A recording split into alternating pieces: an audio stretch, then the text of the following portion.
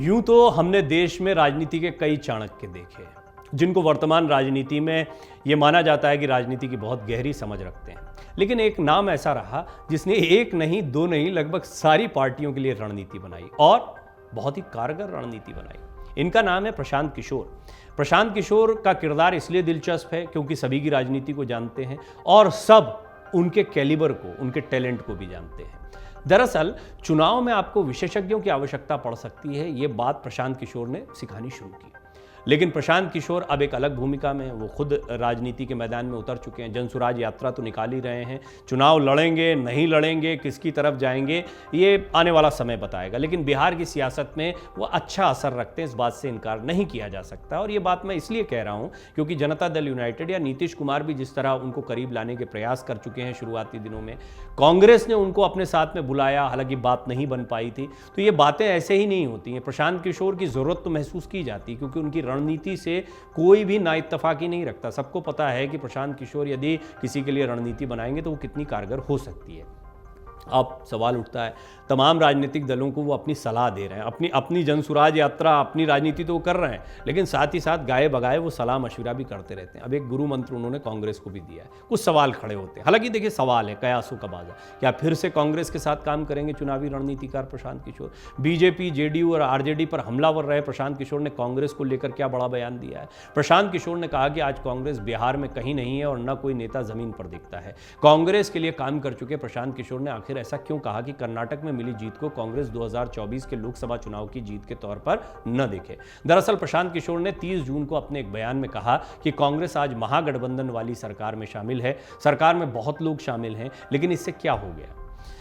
आज कांग्रेस राजनीतिक संगठन होने के नाते बिहार में कहीं नहीं है, न ही उनके नेता कुछ करके दिखाते हैं। प्रशांत किशोर ने कहा कि इस बार कांग्रेस कर्नाटक का चुनाव जीती है, लेकिन मैं कहना चाहूंगा कि कर्नाटक में मिली जीत को कांग्रेस 2024 के लोकसभा चुनाव की जीत के तौर पर न देखे। आइए हम आपको बताते हैं प्रशांत किशोर ने किस तरह से कांग्रेस को समझाया है। प्रशांत किशोर ने अपने बयान में कहा कि कर्नाटक विधानसभा चुनाव के लिए 2013 में जो चुनाव हुए थे उसमें कांग्रेस जीत कर आई थी। एक साल बाद 2014 के आम चुनाव में बीजेपी सबसे ज्यादा लोकसभा की सीटें ले आई। 2018 के दिसंबर में राजस्थान, छत्तीसगढ़ और मध्य प्रदेश में हुए विधानसभा चुनाव में कांग्रेस जीत कर आई थी, लेकिन इसके ठीक 4 महीने बाद 2019 के लोकसभा चुनाव में कांग्रेस का प्रदर्शन बहुत बुरा रहा। इसके साथ ही पीके ने कहा कि मैं कांग्रेस या अन्य पार्टियों को भी बता रहा हूं कि देश में हर चुनाव एक अलग चुनाव होता है।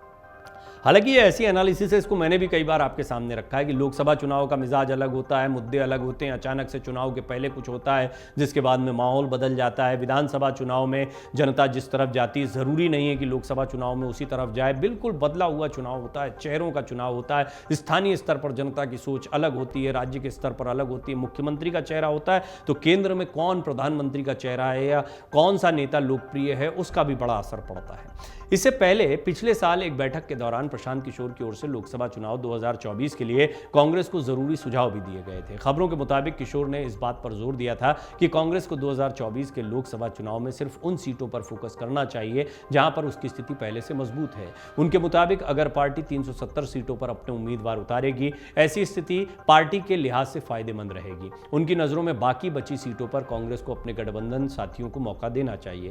प्रशांत किशोर ये भी मानते हैं कि देश के जिन राज्यों में कांग्रेस की स्थिति पहले से खासी मजबूत है वहीं पर उन्हें अपना ज्यादा ध्यान लगाना चाहिए। ऐसा होने पर पार्टी बीजेपी को ज्यादा मजबूत टक्कर दे पाएगी। ऐसा लगता है कि प्रशांत किशोर अभी भी एक सलाहकार की भूमिका में है। वो राजनीति कर रहे हैं, उनकी राजनीति कितनी चमकेगी, खुद के लिए वो कितनी रणनीति बना पाएंगे, ये देखने वाली बात होगी। लेकिन देखा गया है कि सलाहकार जो होते हैं वो अन्य लोगों को जितना फायदा पहुंचा पाते हैं, कई बार खुद को नहीं पहुंचा पाते हैं, और ये उनकी आजमाइश भी है। अगर वो ऐसा कर जाते हैं तो निश्चित तौर पर यह कॉम्बिनेशन भी बड़ा जबरदस्त होता है कि जब कोई चुनावी रणनीतिकार जमीनी तौर पर भी उतरता है। और आप जितने कामयाब बड़े राजनेताओं को देखते हैं उनमें ये खूबी पाते हैं। उदाहरण के लिए वर्तमान दौर में आम आदमी पार्टी या अरविंद केजरीवाल इसका बड़ा उदाहरण है। वो खुद एक रणनीतिकार भी रहे, वो एनजीओ से जुड़े रहे, वो सोशल एक्टिविस्ट के तौर पर काफ़ी मशहूर रहे राजनीति में आने से पहले। फिर अन्ना का आंदोलन खड़ा हुआ, उसके सूत्रधार वो कहीं ना कहीं दिखाई पड़ते हैं। उसके बाद जब वो राजनीति के मैदान में उतरे तो आप देखिए कन्वेंशनल राजनीति से हटकर उन्होंने राजनीति के कई ऐसे दांव पेच चलाए या सिखाए जिनको आज बड़ी बड़ी पार्टियां आजमा रही हैं। मैनिफेस्टो को गारंटी कहना, ये बात आम आदमी पार्टी कांग्रेस को कह चुकी है। या फिर उन्होंने कई जगहों पर बिजली या अन्य चीज़ों पर जो फोकस किया, आप देख रहे हैं, आप धीरे धीरे बड़ी पार्टियों के मैनिफेस्टो में वो दिखाई दे। तो कई बार ये जो समीकरण होता है कि आप अगर पॉलिटिकल स्ट्रैटेजिस्ट हैं और साथ ही साथ में पॉलिटिशियन भी हैं, तो इसका बड़ा फायदा मिलता है। प्रशांत किशोर अभी पॉलिटिशियन वाली भूमिका में पूरी तरह से नहीं आए। ये बात अलग है कि जनता दल यूनाइटेड के साथ रह चुके हैं, कांग्रेस में जाने ही वाले थे, बात नहीं बन पाई, लेकिन फिर भी वो अब अपनी राजनीति कर रहे हैं। देखना होगा उनका गुणागणित क्या कहता है। अभी बहुत छोटे छोटे स्तर पर, सरपंचों के स्तर पर, अलग अलग गाँव में जाकर लोगों से सीधा कनेक्ट बनाकर अपनी यात्राओं के जरिए वो ये प्रयास कर रहे हैं। लेकिन जब बड़े चुनाव यानी विधानसभा, फिर लोकसभा, पहले लोकसभा चुनाव होने बिहार में, तो जहाँ पर वो अपनी ज़मीन मजबूत कर रहे हैं, और फिर उसके बाद में विधानसभा चुनाव भी देखने को मिलेंगे। तो देखना होगा कि इसमें प्रशांत किशोर की अपने लिए क्या रणनीति रहती है, किस ओर उनका झुकाव होता है। किसी पार्टी के साथ जाएंगे, खुद के दम पर लड़ेंगे, सलाह देंगे, या फिर कुछ एक सीटों पर वो अपना प्रभाव दिखाने की कोशिश करेंगे। ये देखना बहुत दिलचस्प होगा। और सचमुच में कई लोग जो प्रशांत किशोर की रणनीतियाँ अन्य पार्टियों के लिए देखते रहे, वो इंतजार कर रहे हैं कि प्रशांत किशोर अपनी पार्टी के लिए और अपने लिए क्या करते हैं। अमर उजाला अब आपके टीवी पर भी। अपने स्मार्ट टीवी पर YouTube पर सर्च करें अमर उजाला, चैनल सब्सक्राइब करें और देखें ताजा खबरें, वो भी HD क्वालिटी में। और हाँ, बेल आइकन दबाना ना भूलें ताकि हर खबर हो आपके घर। अमर उजाला, निष्पक्ष, निर्भीक, निरंतर।